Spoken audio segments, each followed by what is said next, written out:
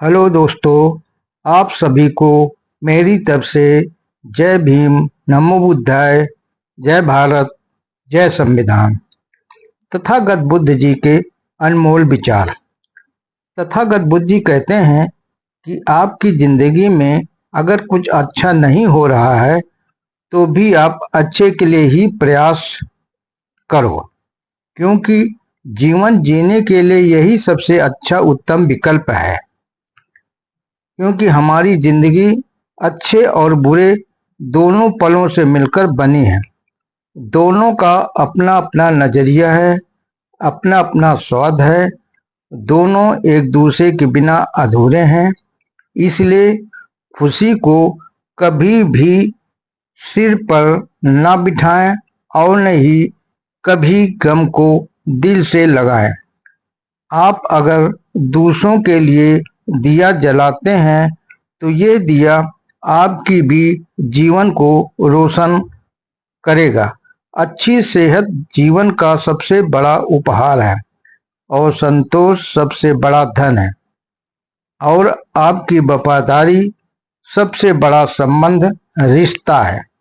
आपकी काबिलियत और कला आपको उन्नति के शिखर अच्छाइयों ऊंचाई शिखर ऊंचाइयों तक ले जाएगी, मगर आपका व्यवहार ये तय करेगा कि आप उस शिखर पर कितने समय तक टिक पाएंगे। मन की शांति से बड़ी इस सृष्टि में ऐसी कोई चीज या संपत्ति नहीं है।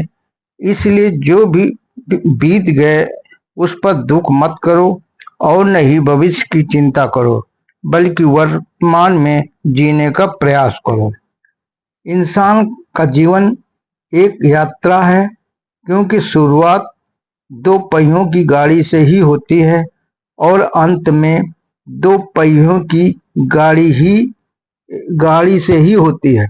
इसलिए बीच के सफर को खुशी से जियो। इंसान की खुद की गलतियों की सजा भले ही तुरंत न मिले, परंतु कभी न कभी मिलती जरूर है। अपने अमूल्य संबंधों की तुलना कभी भी धन से मत करो, क्योंकि धन दौलत तो कभी एक जगह नहीं रहती है। वो तो 2 दिन बस काम आएगी, मगर अमूल्य संबंध उम्र भर आपका साथ निभाएंगे, आपके काम आएंगे। तथागत बुद्ध जी अपने विचारों में कहते हैं कि जीवन ऐसा जियो कि बुढ़ापे में कभी भी यदि आपको किसी महफिल में जाना पड़े तो लोग तुम्हें बैठने की कुर्सी दें, बैठने के लिए आमंत्रित करें। सम्मान और इज्जत मांगी नहीं जाती, कमाई जाती है। इसलिए जब तुम दूसरों को इज्जत और सम्मान देना सीख जाओगे, तभी तुम्हें भी लोग इज्जत और सम्मान देंगे।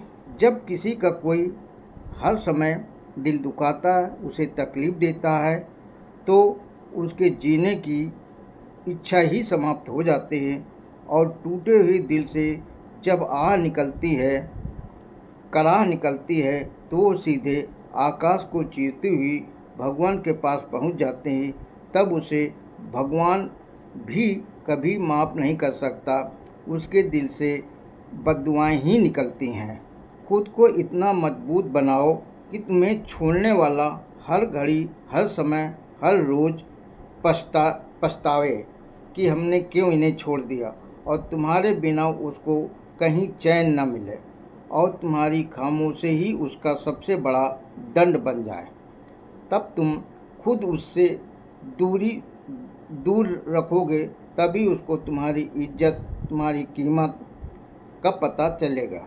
क्योंकि जब कोई अच्छे इंसान को बिना गलती के उसको छोड़ता है, उसे तकलीफ़ देता है और वो इंसान खामोश रहता है, तब वो कुछ नहीं बोलता है।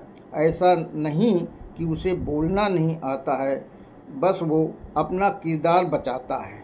आगे बुद्ध जी कहते हैं, खामोश रहना और मौन रहना भी एक समझदारी है, एक कला है। इसलिए नहीं कि उसके पास कोई जवाब नहीं है, वो उत्तर दे नहीं सकता, वो जवाब दे नहीं सकता, उसे कुछ आता नहीं है, बल्कि वो अच्छा इंसान होने के नाते अपने रिश्तों को बचाने के लिए खामोश रहता है कि उसका रिश्ता टूट न जाए, आपस में बुराई न पैदा हो जाए। खामोश रहना ही वो अपना बेहतर समझता है, इसलिए वो चुप रहता है, मौन रहता है, खामोश रहता है।